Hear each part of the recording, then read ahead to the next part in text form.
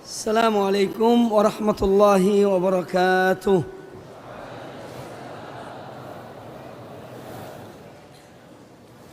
Innal hamdalillah nahmaduhu wa nasta'inuhu wa nastaghfiruh wa na'udzu billahi min shururi anfusina wa min sayyiati a'malina. Man yahdihillahu fala mudilla lahu wa man yudlil fala hadiya lahu. Wa asyhadu an la ilaha illallah wahdahu la syarika lahu wa asyhadu anna Muhammadan abduhu wa rasuluh. Ikhwani wa akhwati fillah, para asatidzah dan semua hadirin, para talibul ilmi dan tulabul ilmi, alhamdulillah pada kesempatan yang baik ini kita bersama Fadilatul Syekh Profesor Dr. Ibrahim bin Amir Ar-Ruhaili hafizahullah taala. Beliau insyaallah taala akan menyampaikan ceramah tentang atau kajian umum tabligh akbar tentang hati, sebab-sebab kerasnya hati dan bagaimana seorang berupaya untuk melembutkan hatinya. Dan insyaallah beliau akan sampaikan dan saya akan menerjemahkan tentu sedikit demi sedikit. Dan kami mohon kepada semuanya, terutama ibu-ibu yang membawa anak, supaya menjaga anak-anaknya. Kalau misalnya ada tangisan dan yang lain sebagainya mengganggu suasana tabligh akbar ini, mohon supaya dikondisikan agar bisa tenang, karena kita berharap kehusyuan kita di dalam mendengarkan ceramah yang akan disampaikan oleh beliau. Ikhwani fillah wa akhwati fillah, ma'ana Fadilatul Syekh Dr. Ibrahim bin Amir Ruhaili hafizahullah taala.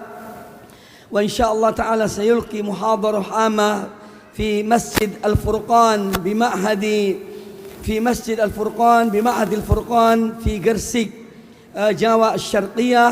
والموضوع بإذن الله سبحانه وتعالى قسوة القلوب، أسبابه وعلاجه أو ما يتعلق بهذا الموضوع. فعلى الشيخ فليتفضل مشكورا.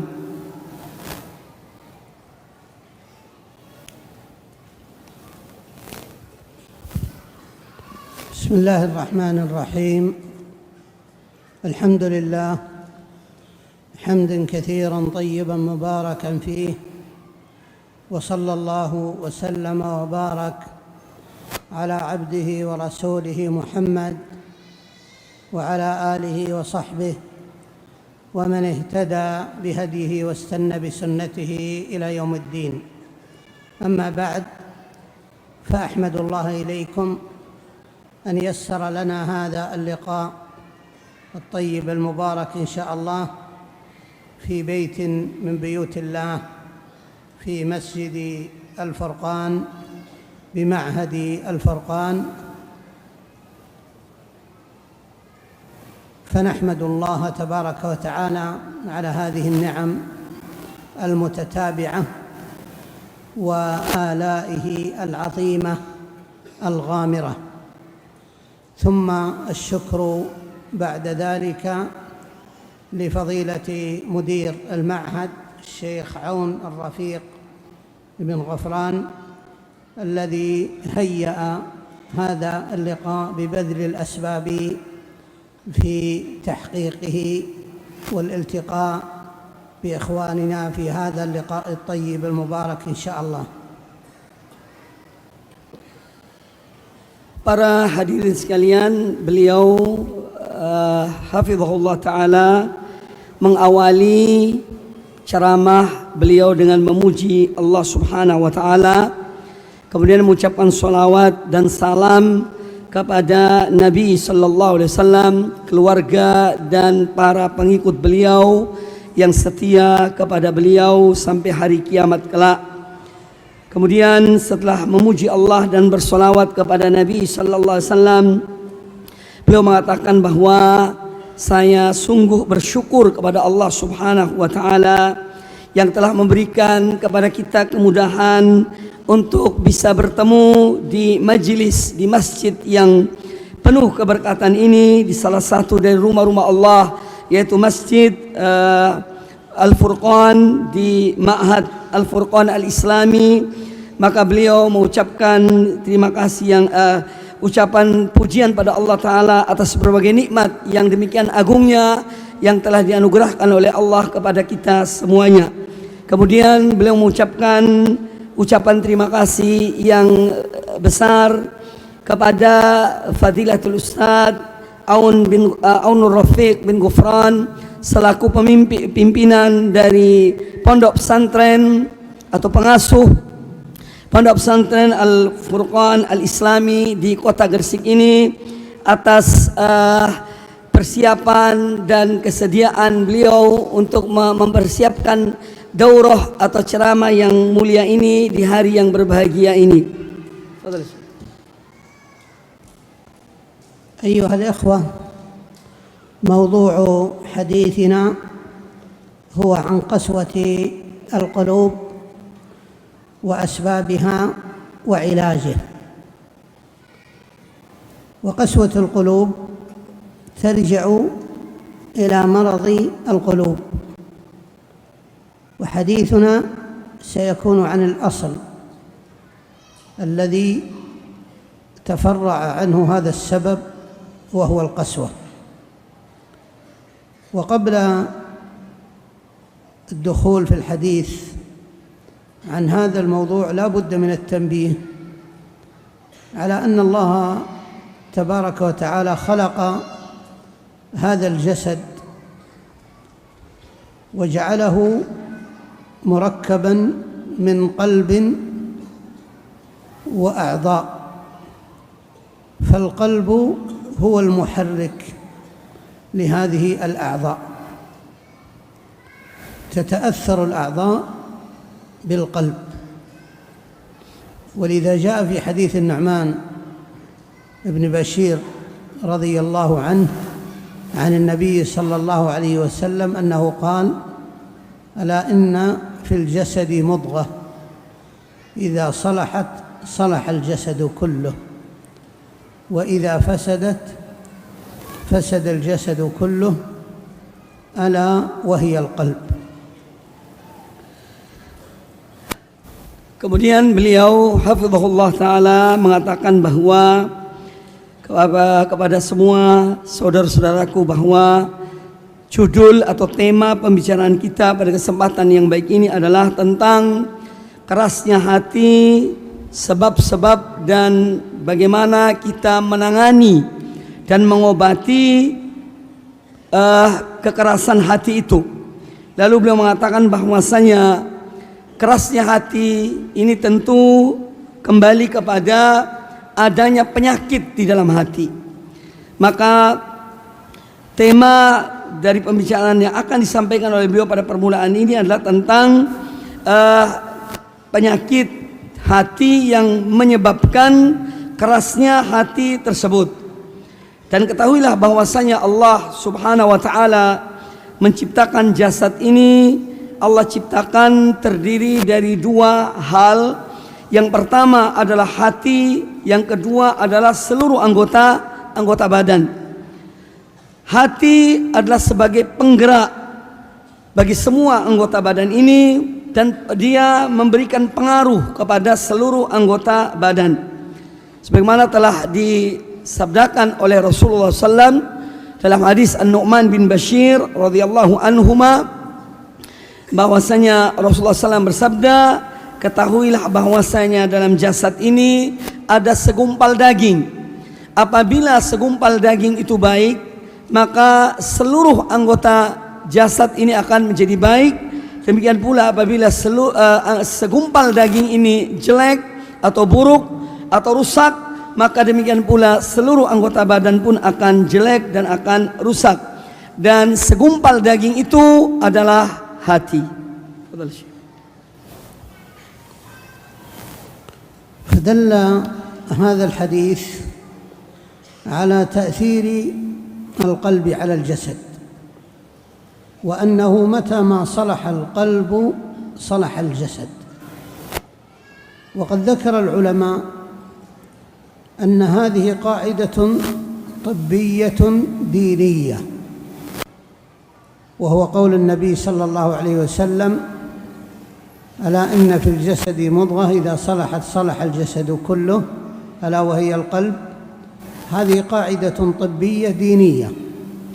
أما الطبية فالأطباء مجمعون على أن القلب إذا كان سليما وقويا فإن هذا مؤثر في سلامة الأعضاء، وذكروا أنه متى ضعف القلب عن ضخ الدم في العروق فإنه بقدر ضعفه تضعف الجوارح، ولهذا يصاب بعض المرضى بالشلل وبالجلطات بسبب توقف وصول الدم إلى هذه الأعضاء.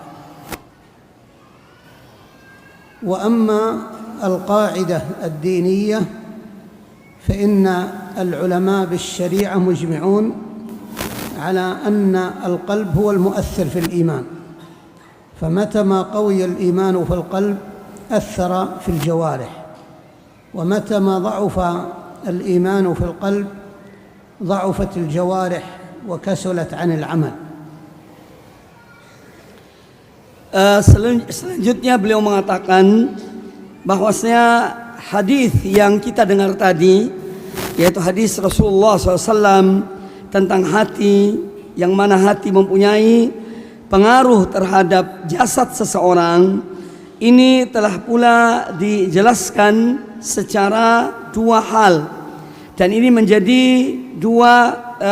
kaidah yang penting tentang hadis tersebut, bahwa baiknya hati itu akan menjadi baik pula perbuatan seluruh anggota badan. Ini diambil kaidah dari dua sudut pandangan. Sudut pandangan pertama adalah dari sisi kedokteran, kemudian yang kedua dari sisi agama. Adapun dari sisi kedokteran, maka para dokter atau para ahli ilmu tentang fisik mengatakan apabila hati atau jantung itu sehat, maka ini akan seluruh fisik ini akan juga menjadi sehat dan kuat. Kalau jantung ini kuat dalam mengolah darah atau hati ini kuat, maka akan memberi pengaruh pada seluruh anggota badan, akan sehat pula seluruh anggota badan.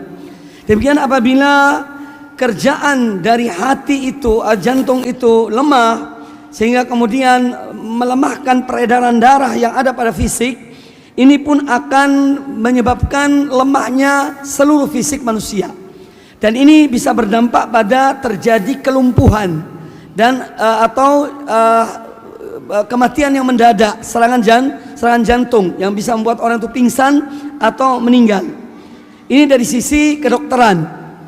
Kemudian yang kedua dari sisi agama, bahwa ulama-ulama kaum muslimin, ulama-ulama ahli syariah Allah Subhanahu wa taala, mereka sepakat bahwasanya hati ini mempunyai bekas dan pengaruh pada fisik manusia.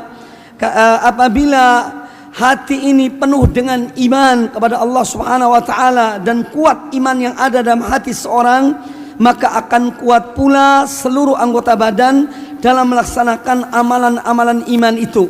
Demikian pula apabila hati itu lemah karena imannya lemah, maka ini pun akan berpengaruh pada perbuatan anggota badan secara menyeluruh dalam hal berkaitan dengan amal-amal perbuatannya. إذا تقرر هذا فينبغي أن يعلم أن للقلب ثلاثة أحوال بالنسبة للمرض والسلامة منه، وهذه الأحوال الثلاثة دلت عليها النصوص. فالحالة الأولى أو الوصف الأول للقلب هو القلب السليم،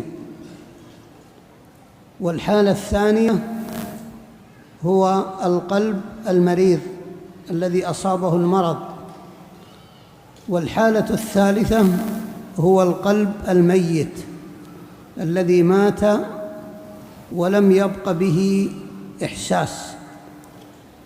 وهذه الأوصاف كلها دلت عليها الأدلة. فالقلب السليم ذكره الله عز وجل في كتابه في قوله يوم لا ينفع مال ولا بنون إلا من أتى الله بقلب سليم. فوصف الله عز وجل بأن القلب سليم، وأخبر الله عز وجل أن أصحاب القلب السليم هم الذين ينجون يوم القيامة، يوم لا ينفع مال ولا بنون إلا من أتى الله بقلب سليم. يعني لا ينفع الناس يوم القيامة أموالهم ولا أبناؤهم، وإنما ينتفع يوم القيامة بهذا القلب، فإذا أتى الله بقلب سليم انتفع. وقد ذكر المفسرون أن القلب السليم هو من سلم من الشرك، وذكر بعض العلماء أن القلب السليم هو من سلم من الشرك والشبهة والشهوة. إذن القلب السليم هو من سلم من الشرك ومن الشبهة ومن الشهوة. Nah. Selanjutnya beliau mengatakan bahwa dari apa yang disebutkan di atas kita mengetahui tentang keadaan hati itu sendiri, bahwa keadaan hati itu ya ada 3 keadaan hati. Ya, ada hati yang selamat dan ada hati yang sakit. Yang ketiga ada hati yang mayat, yang mati. Ada hati yang selamat, kemudian hati yang sakit karena terkena oleh penyakit. Yang ketiga adalah hati yang dia itu mati, yang dia tidak bermanfaat, ya, tidak ada rasanya. Dia tidak bisa merasa sesuatu karena mati. Dan ini ditunjukkan pula oleh dalil-dalil baik dari Al-Quran ataupun dari hadis Nabi SAW. Di antara tentang 3 macam hati ini. Yang pertama yaitu al-qalbus salim, hati yang sehat, hati yang selamat. Yang mana hati yang selamat ini adalah hati yang akan bermanfaat bagi seorang hamba kalau dia ketika datang menghadap Allah Subhanahu wa taala di hari kiamat kelak dan membawa hati yang selamat ini. Ya, disebutkan oleh Allah Subhanahu wa taala tentang hati yang selamat ini yaitu yauma la yanfa'u malun wala banun, hari ketika tidak bermanfaat ya harta dan anak kecuali orang yang datang menghadap Allah dengan hati yang selamat. Maka orang-orang yang memiliki hati yang selamat inilah mereka lah yang akan selamat di hari kiamat kelak. Ya, mereka yang akan mendapatkan manfaat dari selamatnya hati tersebut. Adapun hati yang adapun anak, harta di hari kiamat itu tidak ada gunanya, tidak ada manfaatnya. Yang bermanfaat adalah orang yang datang dengan hati yang selamat menghadap Allah Subhanahu wa taala. Dan sebagian atau para ulama menyebutkan hati yang selamat itu di antara sifatnya adalah hati yang selamat dari 3 hal, yaitu dari kesyirikan, selamat dari syubhat, kerancuan dalam memahami agama. Kemudian yang ketiga adalah selamat dari syahwat, syahwat yang tentu menyimpang dari agama Allah Subhanahu wa taala. الحالة الثانية للقلوب هي حالة المرض، وهي مرض القلب. وقد ذكر الله تبارك وتعالى ذلك في كتابه في أكثر من موطن. قال الله عز وجل في قلوبهم مرض فزادهم الله مرضا. وقال الله عز وجل فترى الذين في قلوبهم مرض يسارعون فيهم. وقال عز وجل إذ يقول المنافقون والذين في قلوبهم مرض غر هؤلاء دينهم. ويقول الله عز وجل فلا تخضعن بالقول فيطمع الذي في قلبه مرض. ويقول الله عز وجل لئن لم ينتهي المنافقون والذين في قلوبهم مرض والمرجفون في المدينة لنغرينك بهم. إذن ذكر الله في هذه الآيات العظيمة وصف القلب بالمرض، وأن القلب يمرض، ومرض القلب متنوع وليس على درجة واحدة، فيدخل في أمراض القلوب النفاق، ولهذا وصف المنافقون بمرض القلوب. ومن أمراض القلوب أمراض الشهوات والشبهات، كما قال الله عز وجل: فلا تخضعن بالقول فيطمع الذي في قلبه مرض. قال المفسرون: في قلبه مرض أي في قلبه شهوة وتطلع للنساء، وهذا هو الصحيح من قولي المفسرين لهذه الآية. فمنهم من قال فيطمع الذي في قلبه مرض، قال المنافق، وقال آخرون في قلبه مرض هو من لديه شهوة وتطلع للنساء، وهذا هو الصحيح، لأن ليس كل المنافقين يتطلعون للنساء، وأما صاحب المرض في هذه الآية فهو من يطمع في النساء، وهذا الذي له شهوة للتطلع للنساء. فدل على أن مرض القلوب يرجع إما إلى النفاق، وإما إلى شهوة، وإما إلى شبهة، وكل هذه الأشياء مؤثرة في مرض القلوب. وأمراض القلوب متفاوتة ليست على درجة واحدة كأمراض الأبدان، فمنها ما هو قوي شديد يفضي إلى موت القلب، ومنها ما هو يسير يمكن أن يعالج، ومنها ما هو عميق مزمن يصعب علاجه. فمرض القلوب فيه شبه بأمراض الأبدان. Selanjutnya beliau hafizahullah ta'ala berkata, kondisi yang kedua dari kondisi hati itu adalah hati yang sakit atau yang berpenyakit, dan hal ini telah disebutkan oleh Allah Subhanahu wa ta'ala di dalam sejumlah ayat-ayat Al-Quranul Karim. Di antaranya adalah firman Allah Subhanahu wa ta'ala tentang masalah ini. Allah berfirman, fi qulubihim maradun fazadahumullahu marada. Dalam hati mereka ada penyakit dan Allah menambah penyakit itu pada mereka. Ini tentang orang-orang munafikin. Demikian pula Allah menyebutkan bahwa orang-orang yang berpenyakit hati, mereka bersegera di dalam perbuatan-perbuatan yang buruk. Demikian pula mereka mengatakan dari orang munafik kepada kaum mukminin bahwa orang-orang beriman itu tertipu oleh agama mereka, ya, sehingga mereka yang seakan-akan tertipu oleh apa yang dibawakan oleh Rasulullah SAW. Kemudian juga beliau menyebutkan sejumlah tentang penyakit-penyakit hati, ya, sehingga bisa disimpulkan penyakit hati itu ada yang berupa yang pertama disebabkan karena penyakit kemunafikan.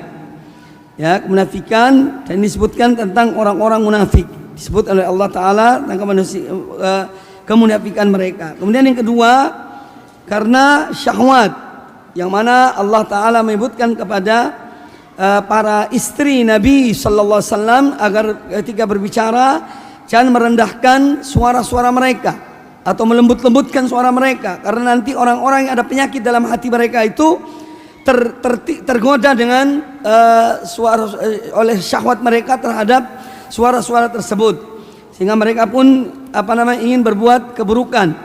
Jadi yang pertama adalah karena kemunafikan, kedua karena syahwat yang ada dalam diri seseorang. Kemudian beliau mengatakan bahwa penyakit-penyakit hati itu, ya, pengaruhnya kepada diri sama dengan pengaruh pada badan. Ada penyakit badan, ya, yang kalau terkena karena sakitnya itu bisa sampai mati, karena yani sakit jantungnya bisa mematikan dia. Ada yang bisa disembuhkan tapi butuhkan waktu, bisa terkena lumpuh dan yang lainnya. Dan ada yang bisa kembali pulih atau sembuh dari penyakit tersebut. Nah, ini tentang keadaan hati. Jadi hati yang berpenyakit bisa menimpa seseorang sebagaimana jantung yang terkena penyakit juga bisa menimpa pada fisik seseorang. Ini yang beliau jelaskan tentang macam-macam penyakit hati itu. الحالة الثالثة للقلوب والوصف الثالث لها وهو القلب الميت الذي تجاوز مرحلة المرض إلى الموت. وقد دل على هذا الحديث الصحيح الذي أخرجه الترمذي والإمام أحمد في المسند والبيهقي في الشعب والخرائط في مكارم الأخلاق من حديث أبي هريرة رضي الله عنه أن النبي صلى الله عليه وسلم قال له: لا تكثر من الضحك فإن كثرة الضحك تميت القلب. فإن كثرة الضحك تميت القلب. فدل هذا الحديث العظيم وهو حديث صحيح حسنه الألباني رحمه الله وذكره في صحيح الترمذي. دل هذا الحديث العظيم على موت القلب وأن القلب يموت. وقد ذكر شيخ الإسلام ابن تيمية رحمه الله أن موت القلب يرجع إلى جهله بالخير، فلا يكاد يبصر شيئا من الخير ولا يميز بين خير وشر، كما قال الشاعر: يقضى على المرء في أيام محنته حتى يرى حسنا ما ليس بالحسن. فهذا من موت القلب. الأصل في القلب أنه يبصر به ويميز به بين الخير والشر، فإذا مرض ضعف التصور وضعفت الإرادة فيه، فإذا مات لا يبصر خيرا ولا شرا، بل ينعكس الأمر حتى يرى ما ليس بالحسن يرى أنه حسن، كما قال الله عز وجل: الذين ضل سعيهم في الحياة الدنيا وهم يحسبون أنهم يحسنون صنعا. Selanjutnya beliau mengatakan tentang sifat hati yang ketiga atau kondisi hati yang ketiga adalah hati yang mati, hati yang sudah terlampaui sakitnya sehingga sampai pada kematiannya. Dan tentang masalah hati yang mati ini sebagai dalil adalah hadis Nabi SAW yang dikeluarkan atau diriwayatkan Imam Tirmidzi, Imam Ahmad, Al-Baihaqi dan yang lainnya dari Abu Hurairah radhiyallahu anhu.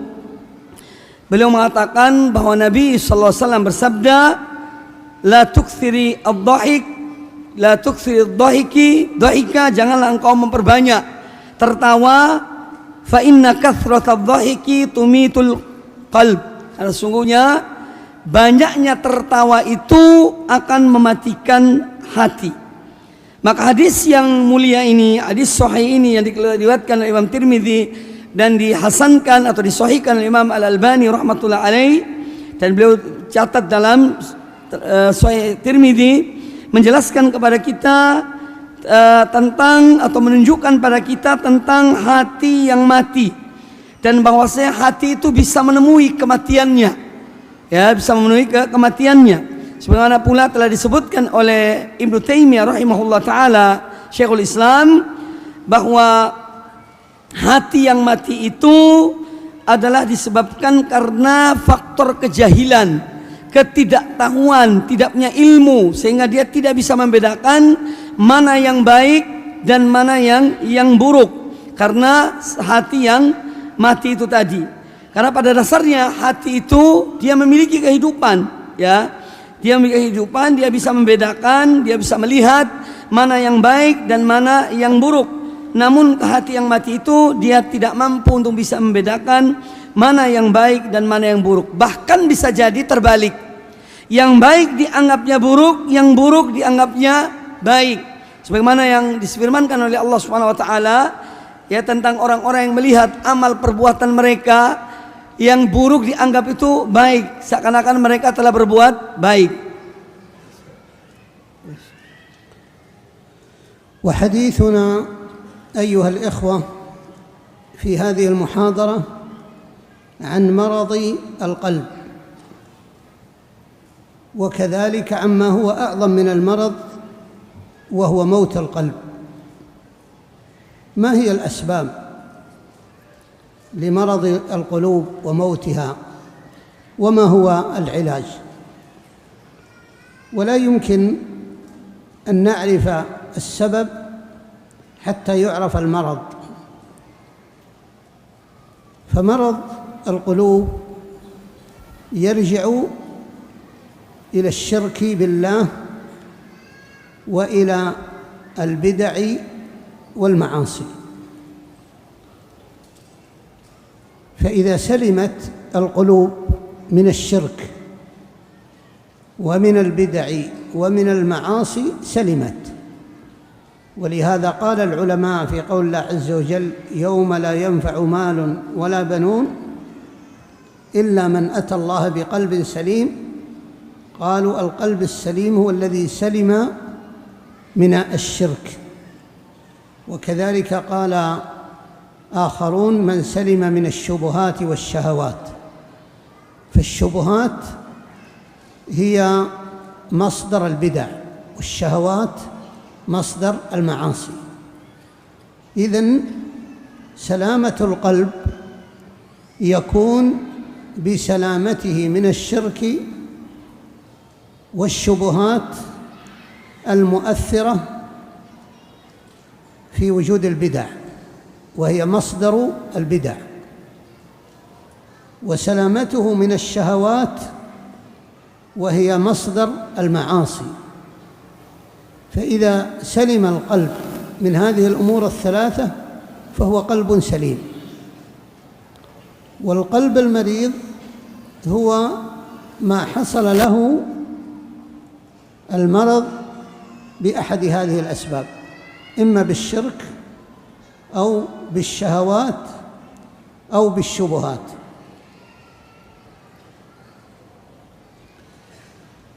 Selanjutnya beliau mengatakan, maka pembicaraan kita atau pembahasan kita pada kesempatan yang baik ini adalah tentang penyakit hati, ya, yang mana dia merupakan penyakit yang amat besar, artinya yang bisa menjerumuskan hati itu kepada kematian.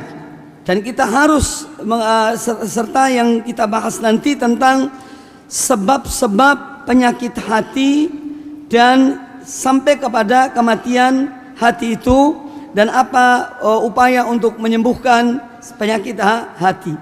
Karena apabila hati itu selamat, maka insya Allah maka akan selamat pula seseorang itu. Sebagaimana Allah telah menyebutkan, ya, pada hari yang tidak bermanfaat harta dan anak kecuali orang yang datang kepada Allah dengan hati yang selamat. Nah, para ulama menyebutkan hati yang selamat itu adalah hati yang selamat dari kesyirikan, selamat dari syubhat. Sebagian ulama mengatakan, jadi yang pertama, sebagian ulama mengatakan hati yang selamat dari syirik, sebagian mengatakan selamat dari syirik dan juga dari syubhat dan syahwat. Adapun syubhat itu adalah sumber semua perbuatan-perbuatan bid'ah yang tidak dicontohkan atau tidak ada contohnya dari Nabi SAW. Ini adalah syubhat. Kemudian sedangkan syahwat itu adalah sumber dari semua perbuatan-perbuatan kemaksiatan. Maka hati yang selamat itu adalah yang selamat dari dua hal ini, yaitu dari kesyirikan, selamat dari syubhat, ya, sehingga dengan demikian maka akan mendapat hati yang selamat. Selamat dari syahwat, ini akan mendapatkan hati yang menjauh diri dari perbuatan maksiat. Dan dia kalau selamat dari syirik, ini yang menjadikan seorang yang selamat di hari kiamat kelak. Maka hati yang selamat dari 3 hal ini itulah yang akan selamat, ya. Dan ini ya, kemudian beliau menyebutkan tentang penyakit hati yang disebabkan karena 3 hal ini akan dilanjutkan dalam pembahasan ini: kesyirikan, syubhat, dan syahwat. لو تتبعنا النصوص التي بينت أسباب هذه الأمراض فنجد أن هذه الأمراض قد بين الله عز وجل أسبابها وكيف استقر في القلوب هذه الأمور العظيمة التي أثرت في مرضها. وأعظم هذه الأسباب المؤثرة في مرض القلوب الشرك بالله. وما حقيقة الشرك؟ الشرك هو صرف حق الله لغيره، سواء في توحيد الربوبية أو في توحيد الأسماء والصفات أو في توحيد العبادة. فيظن المشرك أو يعتقد أن من المخلوقين من يخلق كما يخلق الله أو يرزق كما يرزق الله، وهذا شرك في الربوبية. أو يعتقد أن من المخلوقين من يشارك الله في صفات كماله أو في أسمائه الحسنى، وأن من المخلوقين من يعلم كما يعلم الله ويقدر كما يقدر الله، فهذا شرك في الأسماء والصفات. أو يعتقد المشرك أن العبادة تصرف للمخلوق كما تصرف لله، فيسجد للمخلوق كما يسجد لله، ويدعى المخلوق كما يدعى الله. كل هذه من الشرك. ما هو سبب الشرك؟ الجهل. لو عرف المشركون ربهم ما وقعوا في الشرك. ولهذا يخبر الله عنهم يوم القيامة عن حالهم عندما يدخلون النار، يعترفون بهذه الحقيقة. قالوا وهم فيها يختصمون تالله إن كنا لفي ضلال مبين إذ نسويكم برب العالمين. يختصمون مع آلهتهم التي عبدوها من دون الله ومع الضلال الذين ضللوهم، ويشهدون على أنفسهم أنهم في ضلال مبين. لماذا؟ إذ نسويكم برب العالمين. كيف تسوون بين الذي يخلق والذي لا يخلق، بين السميع البصير الذي أحاط سمعه وبصره بكل شيء بهذا المخلوق الضعيف؟ كيف تسوون بين الخالق والمخلوق في العبادة؟ فهذا هو أعظم مرض. وإذا تمكن الشرك من القلب مات القلب، ولهذا موته بوجود الشرك فيه حتى لا يبصر شيئا. لأن أعظم المفارقات وأعظم المباينات المباينة بين الخالق والمخلوق. فإذا كان الإنسان لا يفرق بين خالق ومخلوق فهذا في غاية الجهل وفي غاية الحمق، بل هو كالمجنون. لأن آلة التمييز ما هي؟ العقل. العقل هو الذي يميز. فإذا فقد العقل أصبح الإنسان لا يميز. فإذا كان الكافر لا يميز بين خالق ومخلوق فمن باب أولى أن لا يميز بين شيء وآخر. نعم.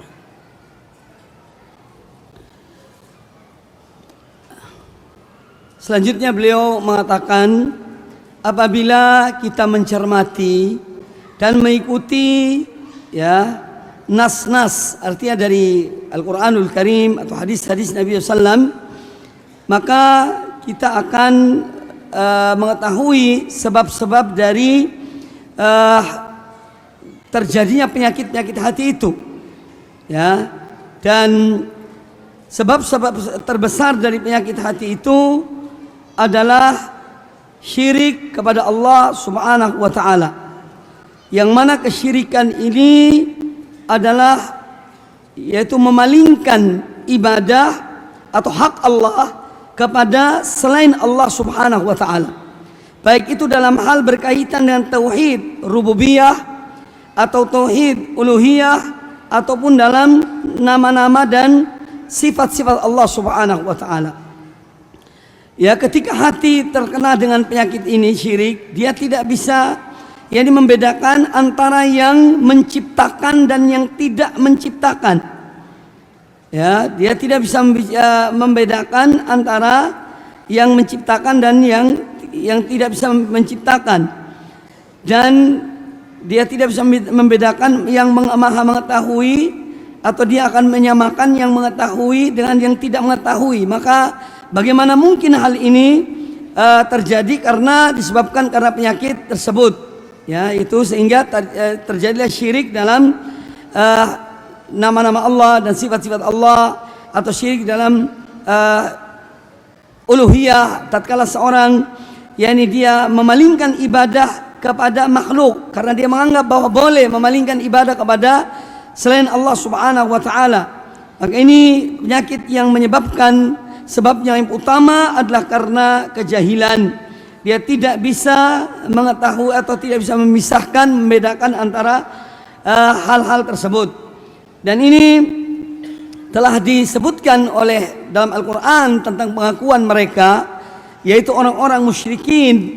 Tatkala mereka dimasukkan ke dalam neraka, mereka itu bersumpah ya bahwa kami dahulu ketika berada di dunia benar-benar berada dalam kesesatan yang nyata, yaitu tatkala kami menyamakan antara kamu yang disembah dengan Rabbul Alamin dan Allah Subhanahu wa taala.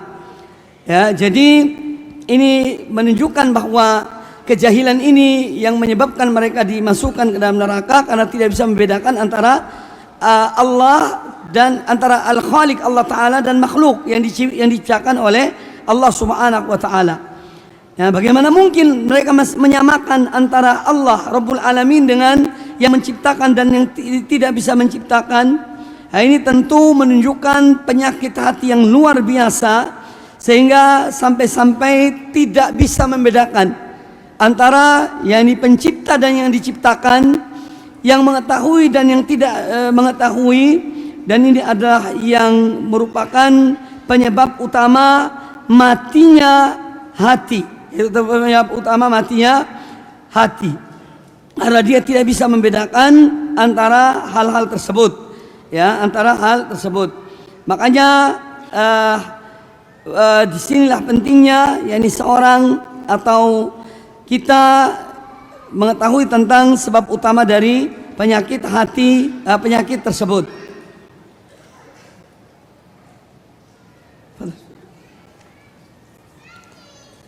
السبب الثاني المؤثر في مرض القلوب الشبهة،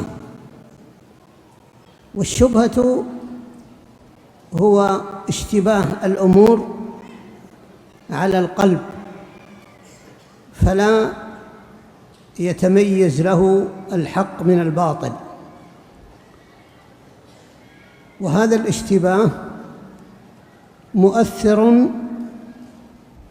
في وجود الشك والتردد، لأن الذي تشتبه عليه الحقائق لا يميز بين حق وباطل. ولهذا في حديث أسئلة القبر يقول النبي صلى الله عليه وسلم: وأما المنافق عندما يسأل من ربك وما دينك ومن نبيك يقول ها لا أدري سمعت الناس يقولون كذا فقلت كذا. بخلاف المؤمن فإنه يجيب عن يقين: ربي الله وديني الإسلام ونبي محمد صلى الله عليه وسلم جاءنا بالبينات والهدى. فالمؤمن الصادق الذي استقر الإيمان في قلبه يجيب. وأما المنافق يقول ها لا أدري. ولهذا كان المنافقون في المدينة أظهروا النفاق وأبطنوا الكفر. لماذا؟ يقولون: إن كانت الغلبة لمحمد وأصحابه قلنا نحن مؤمنون مسلمون، وإن كانت الغلبة للكفار قلنا إنما نحن معكم وإسلامنا كان نفاقا، لأنهم لا يدرون الحق مع من، وهم يطلبون دنياهم. وهذا بخلاف المؤمنين الذين يثقون بنصر الله وبدين الله، فهم لا يترددون في هذا الأمر. إذن الشبهة هي مرض عظيم من أمراض القلوب، والشبهة تولد البدع، لأن أصحاب البدع ما قرروا البدع وما عبدوا الله بها إلا لوجود الشبه في نفوسهم، ولهذا يسمون أهل البدع والأهواء وأهل الشبهات.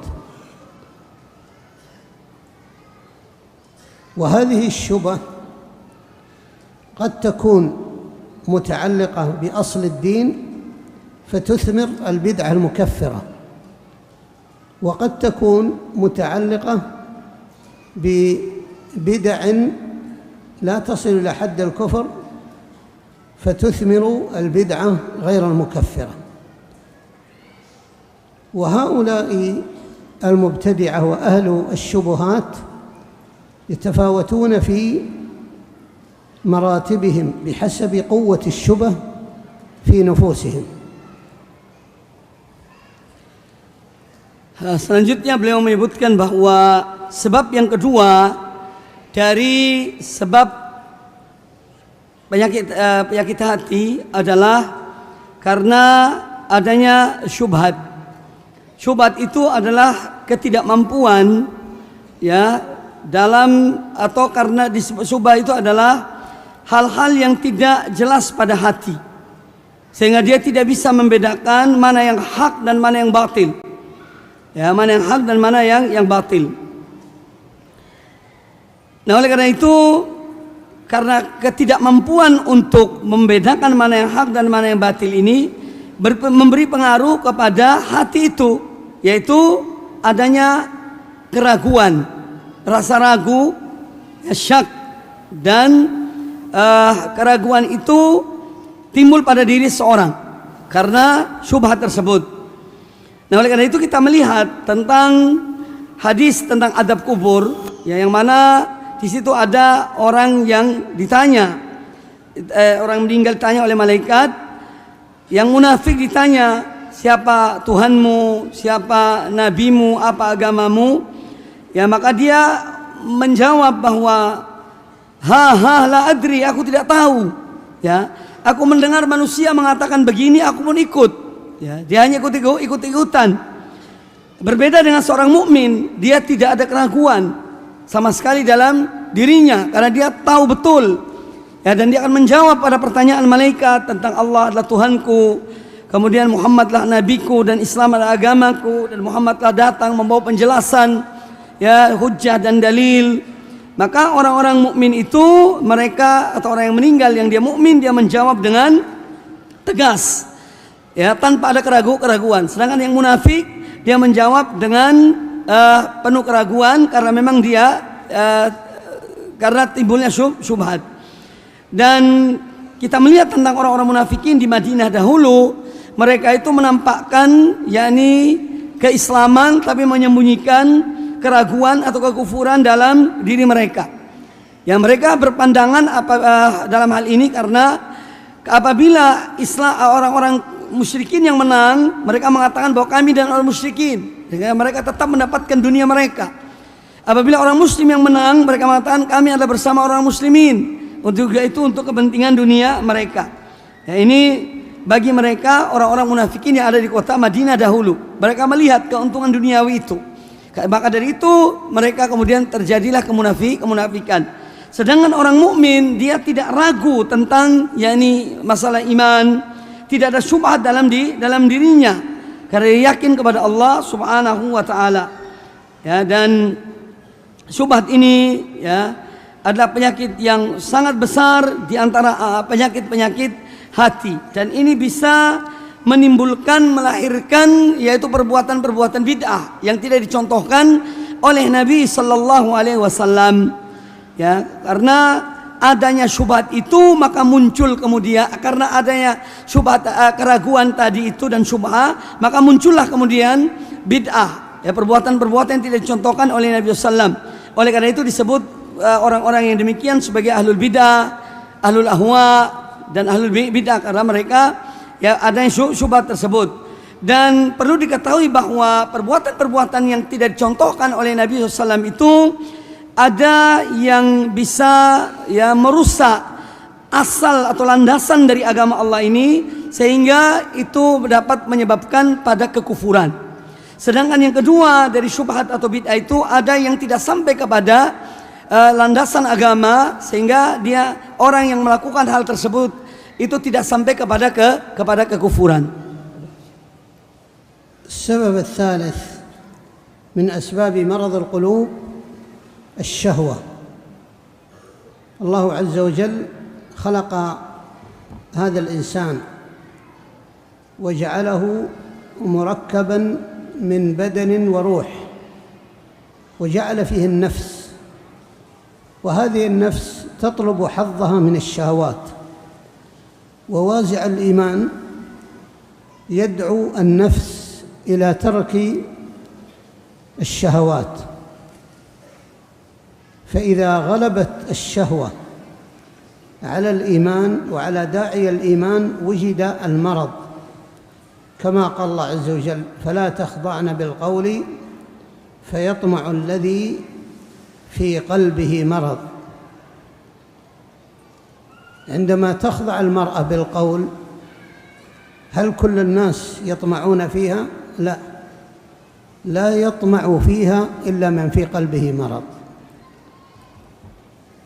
ولهذا إذا سلم القلب من مرض الشهوة فإن الإنسان لا يتطلع إلى النساء، بل يكره النظر للمرأة الأجنبية، وإذا وقعت عينه على محرم فهو على نفسه كالصياط، لأنه يكره هذا، بخلاف أهل الشهوات فإنهم يحبون هذا.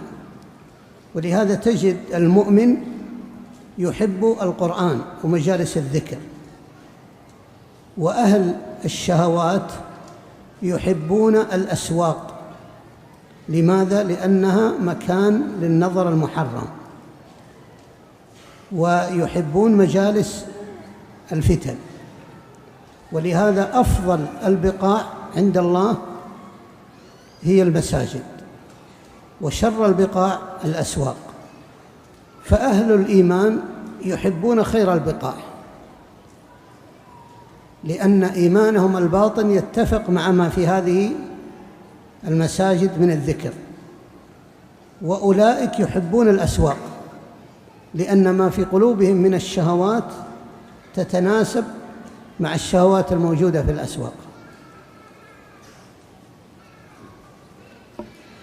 Selanjutnya beliau mengatakan, hafizahullah ta'ala, sebab penyakit yang ketiga adalah syahwat. Ya, Allah subhanahu wa ta'ala menciptakan manusia terdiri dari dua unsur, ada badan dan ada ruh. Kemudian diciptakan pada badan dan ruh ini tadi yaitu nafsu. Yang nafsu ini dia selalu mencari apa yang diinginkannya. selalu mencari apa yang diinginkannya. Sebagaimana disebutkan di dalam Al-Qur'anul Karim bahwa orang-orang yang mengikuti syahwat itu mereka mencari-cari syahwat tersebut, dan iman mengajak kepada meninggalkan syahwat. Maka apabila seorang dia telah dimenangkan oleh syahwatnya dalam dirinya, maka ini timbullah penyakit. Adapun orang yang senang kepada atau hatinya selamat, maka dia tidak akan seperti orang yang terkena penyakit syahwat. Dan orang-orang yang senang pada syahwat pada umumnya, misalnya dia senang melihat kepada yang haram, seperti wanita yang bukan mahramnya atau wanita yang selain kerabatnya yang mahramnya, dia melihat karena dia ada syahwat. Ya, adapun orang beriman tidak. Kalau dia melihat hal yang haram, maka seakan-akan ada cambuk yang mencambuki dirinya, ya, sehingga dia kemudian berpaling dari itu. Ya, dan orang-orang beriman itu cinta kepada Al-Quran, dia senang baca Al-Quran. Sementara orang-orang yang memiliki penyakit syahwat ini, dia cinta kepada pasar misalnya, karena di pasar itu banyak hal-hal ya, atau tempat-tempat yang lainnya yang situ ada banyak hal-hal yang haram, ya. Oleh karena itu kita melihat bahwa bumi Allah yang paling dicintai oleh Allah adalah masjid, dan orang-orang beriman cinta kepada masjid. Mereka datang ke masjid, baca Al-Quran, ya, dan beribadah di masjid. Sedangkan orang-orang yang punya syahwat, ya, yang senang pada yang dikuasai oleh syahwat, mereka dan Allah menciptakan pasar itu sebagai bumi, tempat yang dibenci oleh Allah Subhanahu wa taala. Dan orang mukmin cinta kepada masjid, sedangkan orang-orang yang senang pada syahwat, ya, mereka cinta kepada salah satunya adalah pasar, yaitu tempatnya perbuatan-perbuatan yang haram. Ya, apabila penyakit ini ada pada diri manusia, maka itulah yang terjadi, yaitu dia senang kepada hal-hal yang diharamkan oleh Allah Subhanahu wa taala. إذا تقرر لدينا أن أمراض القلوب ترجع إلى هذه الأسباب، قد يقول قائل: كيف أثرت هذه الأمراض في الجوارح؟ لأن معروف أن الذي في القلب غير الذي يقوم بالجوارح. نقول أن أسباب الخير ترجع إلى أمرين. ما هما؟ الأمر الأول العلم الذي يميز به العالم بين الخير والشر، هذا الأمر الأول. والأمر الثاني هو قوة الإرادة على فعل الخير. فعمل الخير يرجع إلى قوتين: إلى قوة علمية يميز بها بين الخير والشر، وإلى قوة عملية وهو قوة الإرادة على عمل الخير. ولهذا جاء في الحديث المأثور: اللهم أرني الحق حقا وارزقني اتباعه. هذا الدعاء يتضمن هذا الأصل: أما اللهم أرني الحق حقا، هذه قوة علمية، وارزقني اتباعه، هذه قوة إرادة عملية. فالخير يرجع إلى هذين السببين، وأمراض القلوب منافية لهذين الأمرين. فالشهوة، الشبهة أولاً هي ضعف في التصور والعلم، والشهوة هي ضعف في الإرادة. ولهذا ذكر شيخ الإسلام ابن تيمية أن أمراض القلوب ترجع إلى عدم البصيرة أو إلى عدم إرادة الخير. عدم البصيرة ترجع إلى الشبهة، وعدم إرادة الخير ترجع إلى قوة الشهوة. نعم. Kemudian beliau mengatakan bahwa apabila kita telah mengetahui tentang penyakit-penyakit hati itu ada 3 sebab, ya, maka mungkin ada yang bertanya, bagaimana kok bisa ada pengaruh dari apa yang di hati ini kepada anggota badan kita? Ya, maka beliau menyebutkan bahwa yang menyebabkan seorang berbuat baik itu kembali pada 2 hal penting. Yang pertama adalah ilmu, yaitu ilmu yang bisa membedakan, yaitu ilmu orang yang punya ilmu tadi, yang bisa membedakan mana yang baik dan mana yang buruk. Kemudian yang kedua, yang menyebabkan seorang berbuat baik karena ada kekuatan keinginan untuk berbuat kebaikan, Maka amal perbuatan baik yang dilakukan oleh seorang kembali kepada 2 hal. Yang pertama adalah kekuatan ilmunya tentang kebaikan itu. Yang kedua didorong oleh kekuatan amal, ingin untuk melakukan amal kebaikan tersebut. Makanya ada dalam doa yang diambil dari para salaf dahulu, Allahumma arinil haqqo haqqo warzuqna ittiba'ah. Ya Allah, tunjukkanlah kepada aku bahwa yang hak itu adalah hak. Ini adalah kekuatan ilmiah. Ya, seorang punya ilmu, dia minta pada Allah Ta'ala karena memberikan kepadanya, memperlihatkan kepada dia, memberi ilmu kepada dia untuk mengetahui yang hak, untuk berilmu tentang yang hak, bahwa itu adalah hak. Ya, kemudian yang kedua doanya, warzuqni ittiba'ah, dan berikanlah aku kekuatan, berikanlah aku rezeki, yani kemampuan untuk melakukannya. Ini adalah kekuatan ilmiah, kekuatan untuk berbuat kebaikan itu. Ya, maka kebaikan itu kembali kepada 2 hal ini, kepada 2 hal tersebut, kekuatan ilmu dan kekuatan iradah untuk melakukan amal baik tersebut. Adapun penyakit hati itu, ini menafikan 2 hal ini, menafikan dua-duanya.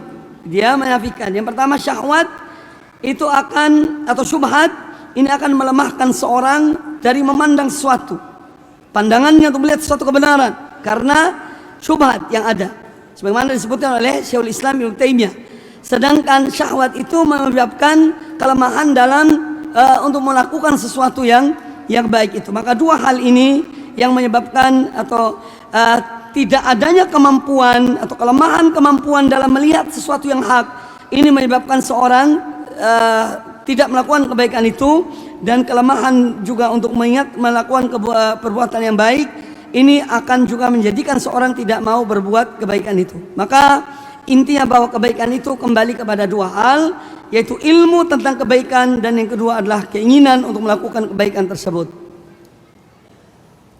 إذن بهذا يتحرر لدينا حقيقة مرض القلب وبيان سببه، وأنه يرجع إما إلى ضعف البصيرة وإما إلى ضعف الإرادة.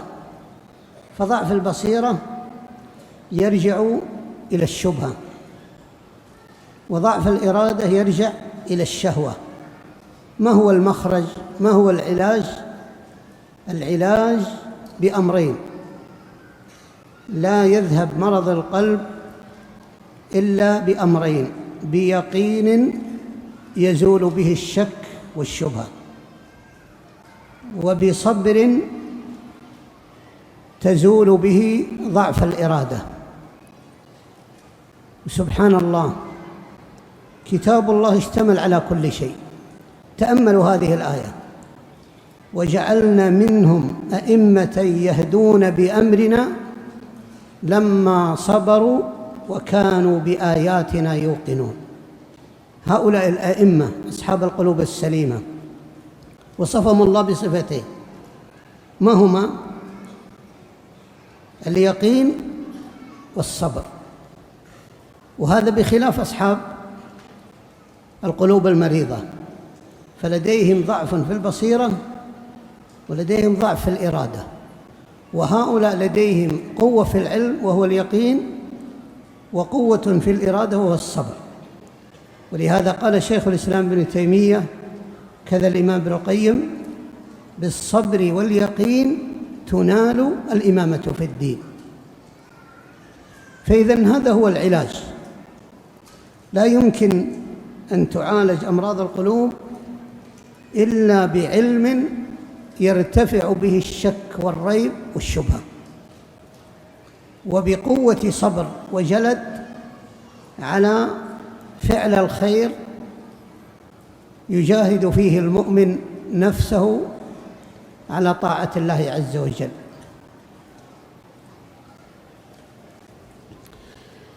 Selanjutnya beliau menyebutkan bahwa hafizahullah, dari apa yang diuraikan tadi itu maka kita bisa mengambil satu hal yang penting, bahwa hakikat dari penyakit hati itu disebabkan karena lemahnya kemampuan untuk mengetahui atau ilmu, yang mana kemudian yang kedua adalah lemahnya kemauan untuk berbuat. Ini penyebab dari atau hakikat dari penyakit hati. Karena lemahnya pandangan untuk mendapatkan ilmu tentang kebenaran, dan karena lemahnya keinginan untuk melakukan kebaikan itu. Yang pertama disebabkan karena syubhat, dhaful basar atau basirah, lemahnya keinginan seorang untuk mengetahui ilmu. Ini menyebabkan karena adanya syubhat yang lemahnya keinginan untuk melakukan suatu amalan karena disebabkan oleh syahwat. Dan untuk menyembuhkannya itu dengan yang pertama, keyakinan yang tidak ada keraguan sama sekali. Harus seorang memantapkan keyakinannya, yang dengan keyakinan itu hilanglah keraguan dan syubhat. Kemudian yang kedua dengan kesabaran, yang dengan kesabaran itu maka akan menghilangkan kelemahan dalam keinginan. Dan ini telah disebutkan oleh Al-Quranul Karim. Allah Subhanahu wa ta'ala menyebutkan tentang Allah menjadikan mereka orang-orang yang memiliki hati yang bersih, hati yang selamat, sebagai pemimpin. Karena apa? Lamma sabaru wa kanu bi ayatina yuqinun. Yaitu karena mereka adalah orang-orang yang bersabar dan mereka yakin kepada ayat-ayat Allah Subhanahu wa ta'ala. Maka dengan keyakinan dan kesabaran inilah seorang dapat selamat dari penyakit hati. Lain dengan orang-orang yang terkena syubhat, terkena syahwat. Karena kelemahan yang ada pada mereka, maka mereka tidak melakukan perbaikan dalam penyakit hati itu. Adapun dengan kesabaran, sebagaimana dikatakan oleh para ulama, bahwa dengan kesabaran dan keyakinan itulah seorang akan mendapatkan kepemimpinan, kemuliaan dalam agama Allah Subhanahu wa ta'ala. Jadi dengan ilmu dan kesabaran dan keyakinan seorang mendapatkan kepemimpinan, kemuliaan di dalam agama Allah ini. إذا انتهى بنا البحث وتقرير هذه المسألة إلى أن العلاج من أمراض القلوب يرجع إلى أمرين: إلى العلم وقوة البصيرة، وإلى الصبر وقوة الإرادة، فهذا هو العلاج. ولا بد من بذل الأسباب في تحصيل العلم الشرعي وفي طلب العزيمة على الرشد بقوة الصبر على الطاعة وتجنب المعصية. وهذا يرسمه الحديث العظيم كما تقدم: اللهم أرني الحق حقا وارزقني اتباعه، وأرني الباطل باطلا وارزقني اجتنابه. فالقسمة هنا رباعية، أمران يتعلقان بالعلم: أرني الحق حقا وأرني الباطل باطلا، هذه قوة علمية. وارزقني اتباعه في الحق، وقال في الباطل وارزقني اجتنابه. فأنت تحتاج إلى علم بالحق، وإلى علم بالباطل، وإلى قوة عزيمة للعمل بالحق. وإلى قوة عزيمة لتجنب الباطل. فإذا اجتمعت هذه الأمور للمسلم سلم قلبه من الأمراض، من الشبهات ومن الشهوات، وأصبح مستقيما على طاعة الله عز وجل، بعيدا عن الشبه والشهوات، مقدما على طاعة الله عز وجل، قوي العزيمة قوي البصيرة، لا يثنيه عن الطاعة الشيء ولا يحجبه عن الحق شيء، وبه ينال مرتبة الإمامة في الدين، وهو أن يكون إماما للمسلمين في عقيدته وفي سلوكه وفي أخلاقه. نسأل الله تبارك وتعالى أن يرزقنا وإياكم العلم النافع والعمل الصالح، وأن يهدي قلوبنا ويرزقنا الاتباع لديننا. هذا والله أعلم، وصلى الله وسلم وبارك على عبده ورسوله محمد وعلى آله وصحبه أجمعين. Selanjutnya beliau mengatakan, dengan demikian pembahasan kita telah sampai pada kesimpulan bahwa upaya untuk menyembuhkan penyakit-penyakit hati itu kembali kepada dua hal, yaitu kepada ilmu, yang mana dengan ilmu itu kepada ilmu dan kekuatan untuk melihat kebenaran. Yang kedua adalah kembali kepada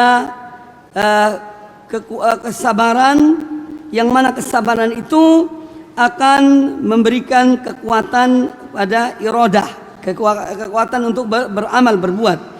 Dan di sini perlu dan wajib kita melaksanakan hal-hal yang menjadi sebab, ya, harus ada kesungguhan, ya, ada perjuangan untuk mendapatkan ilmu agama, ilmu syariat Allah dan Rasulnya SAW, dan upaya untuk melawan, ya, hawa, keinginan-keinginan yang buruk, dan kita berupaya melakukan hal yang baik. Dan ini terambil juga dari doa yang menyimpulkan ada 4 hal, yaitu doa Allahumma arinil haqqa haqqa warzuqna ittiba'ah.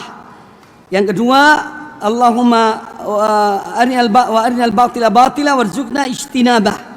Jadi ada 4 poin di sini. Yang pertama yaitu mohon pada Allah agar diberikan kekuatan, agar Allah menampakkan kepada kita kebenaran, bahwa kebenaran adalah kebenaran, ya, sehingga seorang dan diberikan kemampuan untuk melakukan kebenaran itu, dan agar Allah menampakkan kepada kita kebatilan dan untuk menjauhi kebatilan tersebut. Yang mengetahui kebenaran dan kebatilan ini ada kekuatan ilmu. Poin yang pertama tadi. Sedangkan keinginan untuk mendapatkan yang kedua, yaitu Allah memberikan kekuatan untuk mengerjakan yang melaksanakan yang hak dan menjauhi yang buruk, itu adalah berkaitan dengan kekuatan, yaitu kesabaran, ya, kekuatan dalam untuk melakukan suatu amal agar menjauhi kebatilan, dan kekuatan untuk melakukan yang benar, yang hak.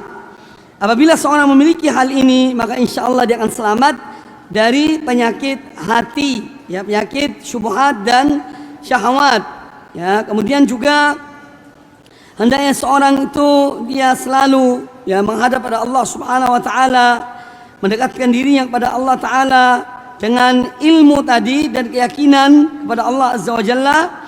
Dan dengan demikian insyaallah seorang akan mendapatkan, yakni, kepemimpinan di dalam agama Allah Subhanahu wa taala.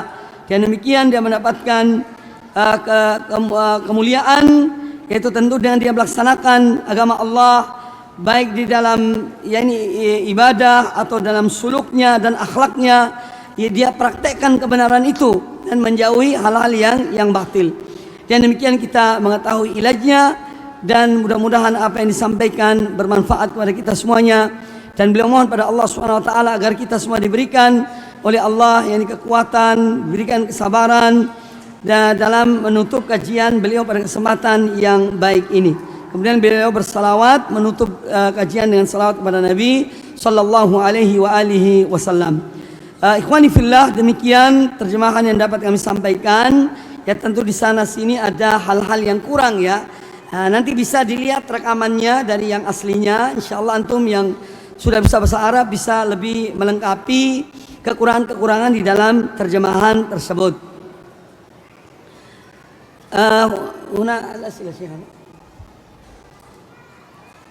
Syekhana barakallahu fikum, ma nasihatukum liman ubtuliya bin nadhari ila as-suwar al-khali'ah fil khulwati wa ma al-mawqif as-sahih ma'a al-jawalat al-yawm, jazakumullahu khairah.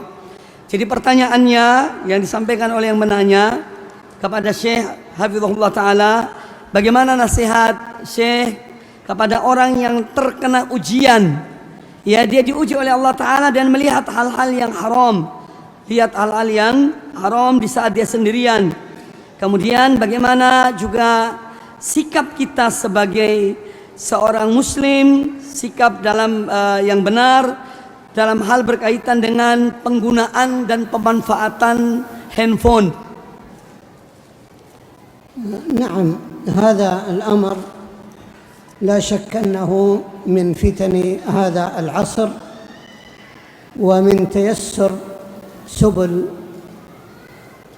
النظر إلى هذه الأمور، وهذا الأمر يرجع إلى الفراغ لدى الشباب وإلى ضعف المراقبة، وعلاجه بالاشتغال بالخير الذي فيه شغل عن كل ما يخالف الشرع، وبمراقبة الله عز وجل في هذا الأمر وفي غيره.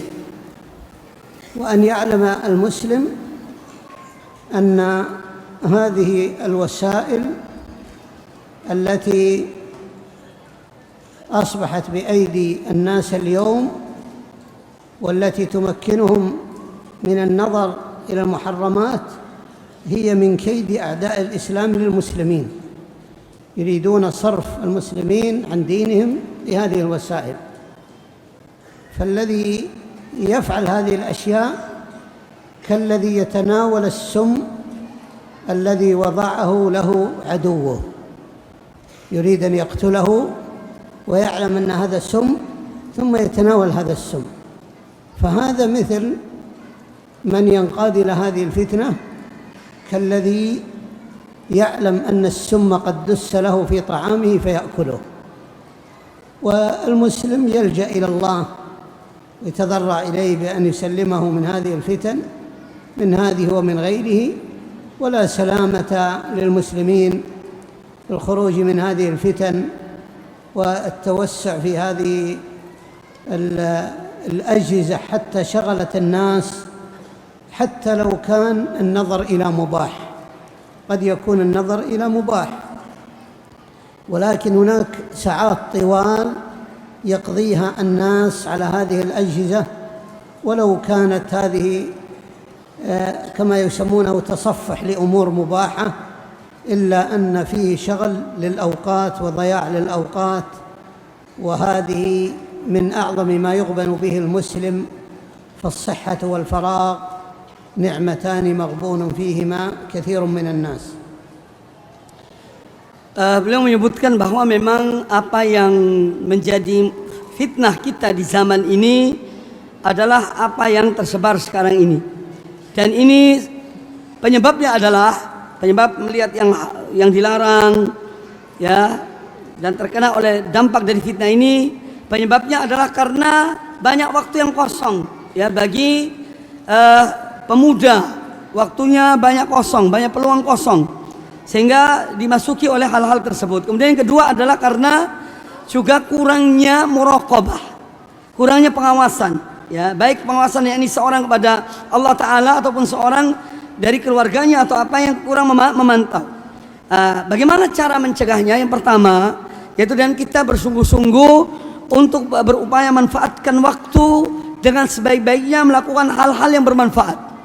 Jadi menyibukkan diri dengan hal-hal yang bermanfaat. Kemudian yang kedua adalah untuk menghilangkannya adalah selalu muraqabatullah, melihat, kita merasa bahwa kita dipantau oleh Allah Subhanahu wa taala.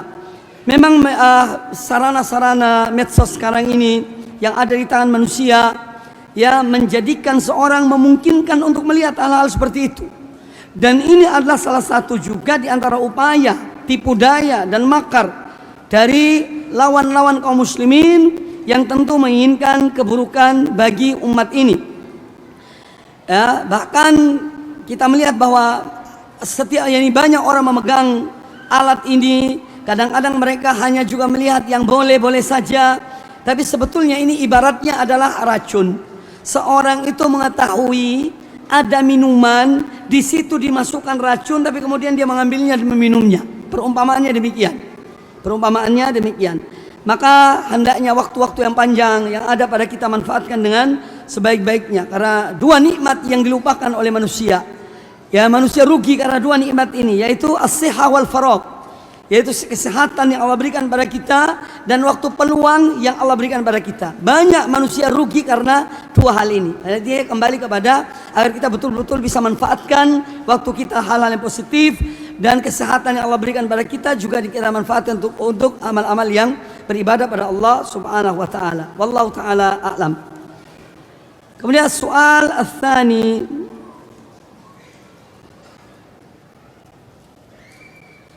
barakallahu fikum syekhana wa ahsanallahu ilaikum. Ma wasiyatukum aw nasihatukum lana, yani liman yurid an yuwasil dirasatahu fil jami'ah al-islamiyah bil Madinah wal Munawwarah, wa ma al-umur allati la budda lana an nu'iddaha mundu al-an.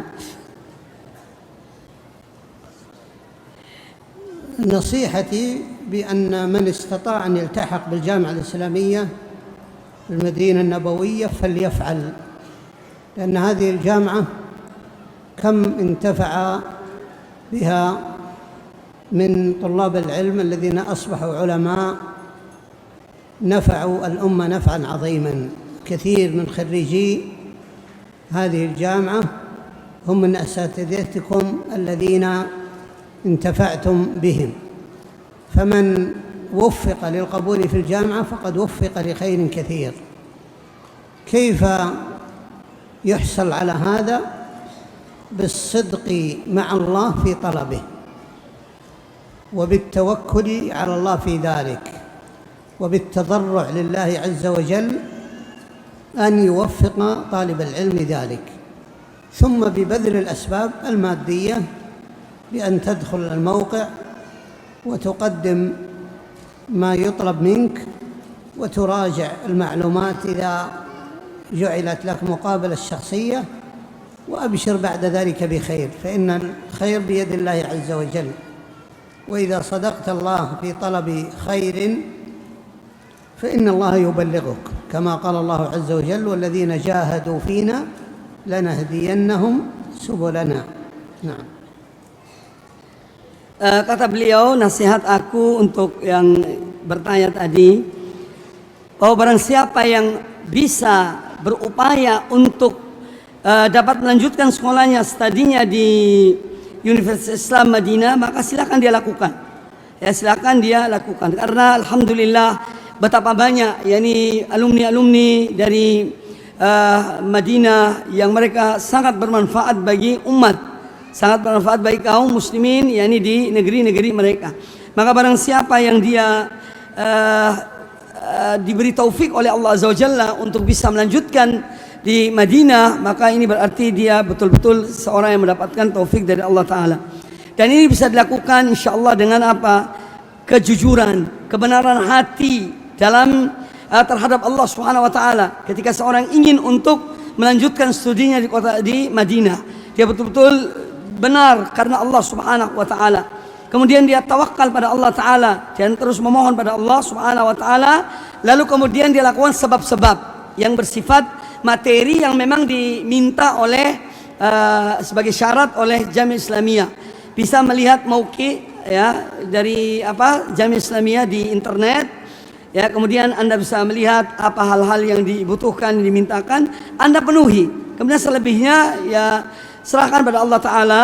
Ya, walladzina jahadu fina lanahdiyannahum subulana wa innallaha lamal muhsinin. Orang-orang yang betul-betul sungguh-sungguh ingin mendapatkan ridho kami, maka kami akan bukakan baginya jalan-jalan kami.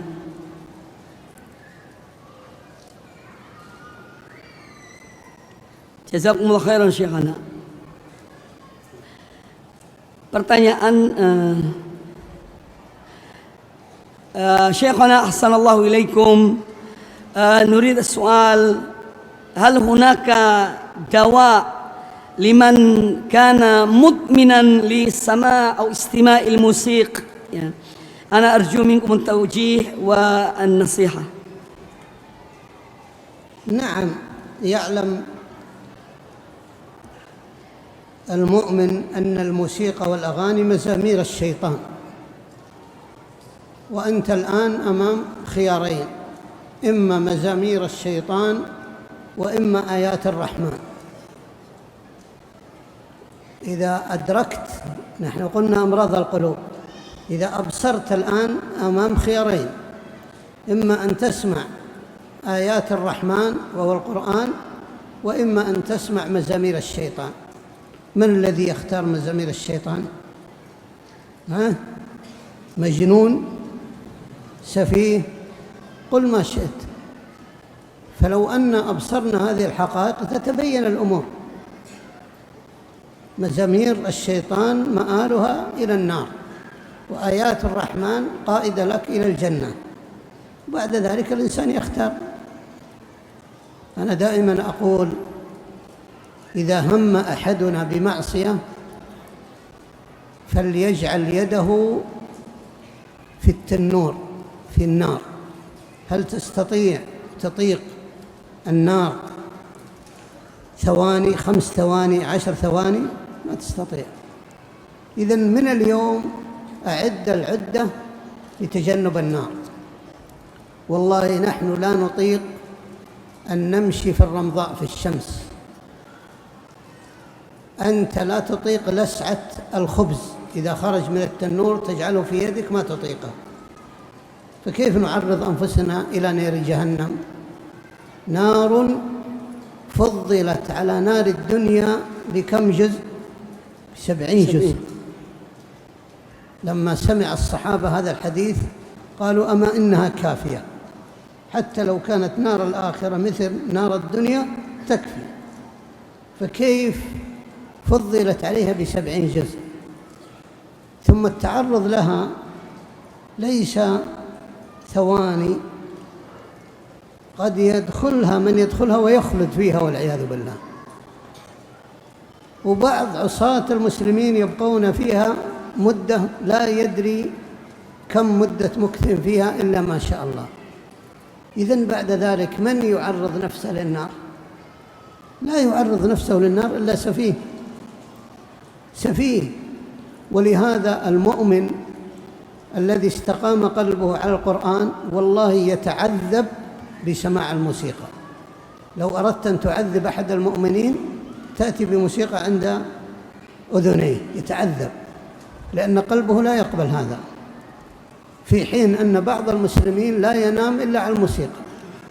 سبحان الله. هذا هو الفرق بين القلوب السليمة والقلوب المريضة. فنسأل الله أن يسلم قلوبنا وأن يشفيها من أمراضها وأن يهدي قلوبنا إلى الحق، فهذه فتنة. وكما قلت هذا من كيد أعداء الإسلام، وأصبحت هذه الأمور كلها ميسرة. تستطيع أن تسمع القرآن وتستطيع أن تسمع الموسيقى والأغاني مزامير الشيطان. فعلى العاقل أن ينظر إلى مصلحته ولا يهلك نفسه. المجنون والسفيه قد يسعى في هلاك نفسه، وأما العاقل لا يوجد عاقل يسعى في هلاك نفسه. هذه لذة في الدنيا ولكنها منقطعة، واللذة الباقية الأبدية هي لذة المؤمن بدخول الجنة. ولذا قال الله عز وجل: بل تؤثرون الحياة الدنيا والآخرة خير وأبقى. خير وأبقى. أحد السلف مجتهد في العبادة، فقال له أهله: كم تعذب نفسك؟ يعني أنت تعذب نفسك بالعبادة وصلاة وصوم وقيام وقراءة قرآن. قال: إنما أطلب نجاتها، إنما أطلب نجاتها، أنا ما أريد أن أعذب نفسي. وقيل لآخر من أحد أئمة السلف قالوا: ما أزهدك، يعني أنت زاهد، ما أعظم زهدك؟ قال: أنتم الزهاد، لأني أزهد في الفانية وأنتم تزهدون في الباقية. الفانية الدنيا أزهد فيها، هذا مقتضى العقل، وأما الباقية الآخرة والجنة فهذا حقيقة الزهد، أنكم تزهدون في هذا الخير العظيم. نعم.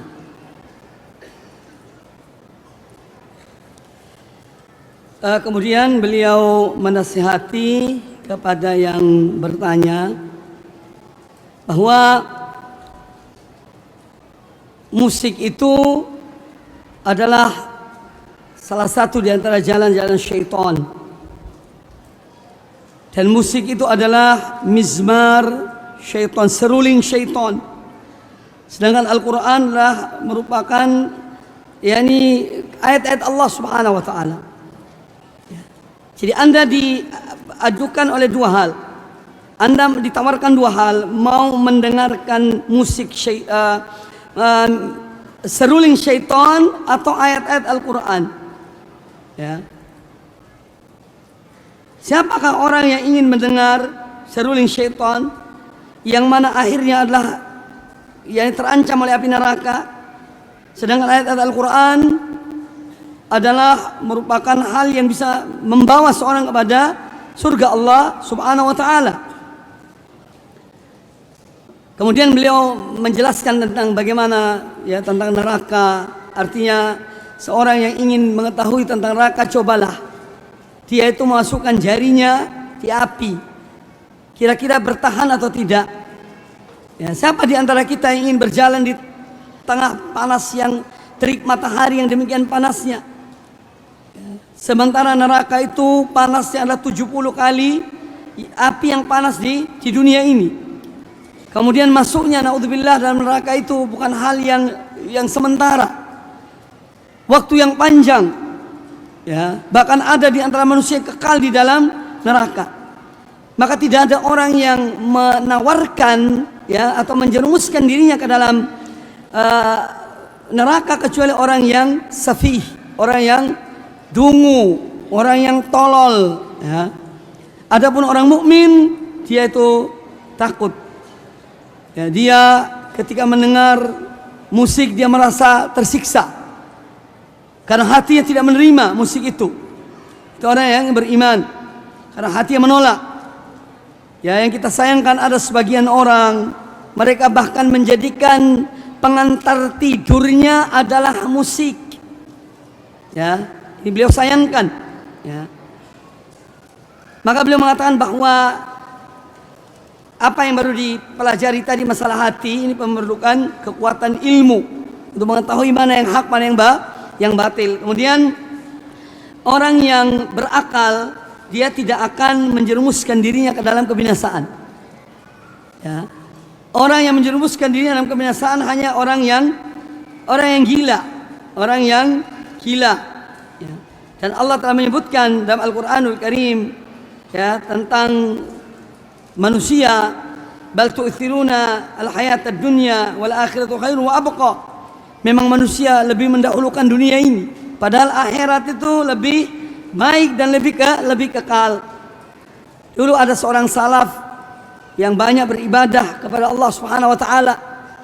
Dia ditanya oleh kerabatnya atau orang-orang bertanya padanya, kamu kok mau menyiksa dirimu? Betapa banyak kamu menyiksa dirimu? Kata dia, tidak. Justru aku lakukan ibadah ini kepada Allah agar aku mencari dan mengejar keselamatan. Untuk mengejar keselamatan, bukan aku mengadab diriku, tapi untuk mengejar mendapatkan keselamatan. Kemudian ada satu juga yang seorang juga di antara ulama salaf dahulu, dikatakan kepadanya, bagaimana betapa zuhudnya kamu. Kata dia, aku zuhud di dalam hal yang kekal, sedangkan kalian zuhud dalam hal yang tidak kekal. Jadi artinya beliau itu zuhud di dunia ini untuk mendapatkan sesuatu yang kekal di akhirat. Sedangkan kalian tidak zuhud di dunia, kalian zuhud kepada yang akan binasa dengan berfoya-foya di dunia ini.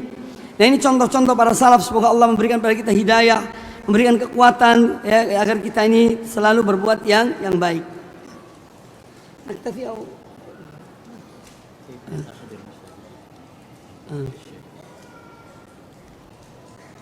من قناة الشيخ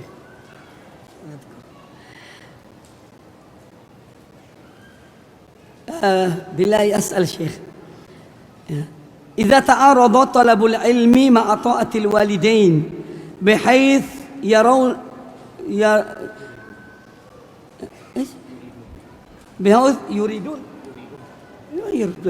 بحيث يريدون يا من ابنهم العمل بمكان بعيد عن القرية وهو يريد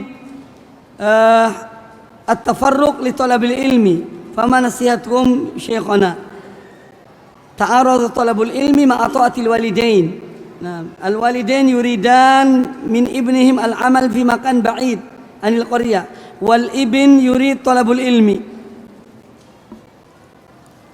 أولا نحن بحمد الله على دين عظيم لا يمكن أن يتعارض أمران شرعيان، فالله عز وجل أمر بطلب العلم وأمر ببر الوالدين، لكن طلب العلم ليس على درجة واحدة، فهناك طلب علم واجب وهناك طلب علم مستحب. فإذا تعارض أمر الوالدين مع طلب العلم المستحب فيقدم أمر الوالد، ويجب على هذا الابن أن يطيع أبويه أو أحد أبويه إذا أمراه بأمر يتعارض فيه مع طلب العلم المستحب. لكن هنا صورة ثانية، وهو أن يكون طلب العلم هذا واجب يتعلق بمعرفة التوحيد، معرفة الشرك يتجنبه، معرفة الطهارة، معرفة الصلاة من الأمور الواجبة، تعارض مع أمر الوالدين. فهنا لا بد له أولا أن يسعى للجمع بين الأمرين بأن يقنع والديه أو أحد والديه بهذا الأمر، ويتودد لوالده: يا أبت هذا طلب علم واجب، وأنا إذا قصرت فيه سأأثم وسيلحقك إثم بمنعي من هذا، وأنا أحب لك الخير. يتودد لوالده لعل الله أن يشرح قلبه لأن يأذن لابنه بطلب العلم. الأمر الثاني أنه يمكن له أن يجمع بين طلب العلم وبين بره بأبيه بأن يسلك الوسائل الممكنة بحيث يطلب العلم في المكان الذي أمره فيه أبوه بأن يبقى فيه. فإن الوسائل كثيرة، يمكن أن يطلب العلم عن طريق هذه الوسائل، عن طريق مواقع المشايخ، يسمع الدروس ويتصل ويسأل، فيمكن له أن يجمع بين بره بأبيه وبين طلب العلم الواجب. فأرى أن الأمر لا يكون متعارضا عند التأمل، بل يمكن الجمع بين الأمرين بأحد هذه الطرق، والله أعلم. Jadi tadi pertanyaannya adalah, kalau seorang, ada orang tua menyuruh anaknya, kalau ada dua hal yang seakan-akan berlawanan. Di satu sisi dia menuntut ilmu, diperintahkan. Yang kedua, dia harus taat kepada orang tuanya. Ya. Dia ingin menuntut ilmu, tapi orang tuanya menyuruh dia untuk pergi bekerja di suatu tempat yang jauh, ya. Maka kalau dia bekerja di tempat yang jauh, dia itu nanti akan terhalang oleh menuntut ilmu, tidak mungkin menuntut ilmu. Lalu apa yang harus dilakukan oleh anak ini? Ya. Maka Syekh Hafizahullah Ta'ala menjawab bahwa kita ini berada pada suatu agama yang agung, agama yang di sana tidak mungkin bertentangan antara dua hal yang disyariatkan oleh Allah Ta'ala. Ya, Allah memerintahkan nuntut ilmu, juga Allah memerintahkan birrul walidain. Ya. Ini dua hal yang diperintahkan oleh Allah Ta'ala dua-duanya, maka ini tidak mungkin bertentangan. Kemudian menuntut ilmu itu, kata beliau, ada dua macam. Ada menuntut ilmu yang sifatnya wajib, ada menuntut ilmu yang sifatnya anjuran, tidak wajib. Nah, kalau dua hal bertentangan, nuntut ilmu yang perintah orang tua, taat pada orang tua, bertentangan dengan menuntut ilmu yang sifatnya anjuran, itu berlawanan, maka beliau mengatakan, saya memandang bahwa dia yang menaati orang tuanya itu yang didahulukan daripada mencari ilmu yang sifatnya anjuran. Ya. Kemudian yang kedua, apabila ya dalam hal ini menuntut ilmu yang dia harus lakukan itu adalah nuntut ilmu yang bersifat wajib, sementara orang tuanya menyuruh dia untuk bekerja di tempat yang jauh yang akan memutus nuntut ilmunya, maka sang anak berupaya untuk memadukan antara dua hal. Taat pada orang tuanya dan tetap menuntut ilmu yang wajib. Yaitu dengan apa? Ya, dengan yang pertama kata beliau, kalau bertentangan dengan hal yang wajib tadi, sang anak berkewajiban untuk memberikan nasihat, memberikan arahan pada orang tuanya. Ya, ayahku, ibuku, bahwa ini saya harus belajar ini. Kalau tidak saya ini berdosa, dan juga bisa jadi ayah dan ibu berdosa. Dia omongkan dengan cara yang baik. Ini yang pertama. Atau hal yang kedua, kalau tidak mungkin yang pertama tadi, yang kedua, dia bisa mengumpulkan antara berbakti kepada kedua orang tua dan bisa dengan menuntut ilmu yang sifatnya wajib.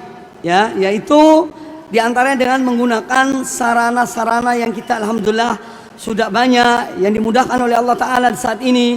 Dia bisa mendengarkan dari video para syekh ya, untuk menuntut ilmu dari situ ya, sementara dia tetap melaksanakan apa yang diperintahkan oleh orang tuanya ya. Dia melaksanakan apa yang diperintahkan oleh kedua orang tuanya atau salah satu di antara keduanya. Jadi bisa dengan sarana-sarana yang mudah, sehingga dia melakukan dua-duanya ya, taat pada orang tua dan tetap menuntut ilmu. Ini yang beliau sampaikan, dan beliau mengatakan dalam hal ini insya Allah tidak akan ada pertentangan antara dua hal tersebut. Wallahu taala a'lam.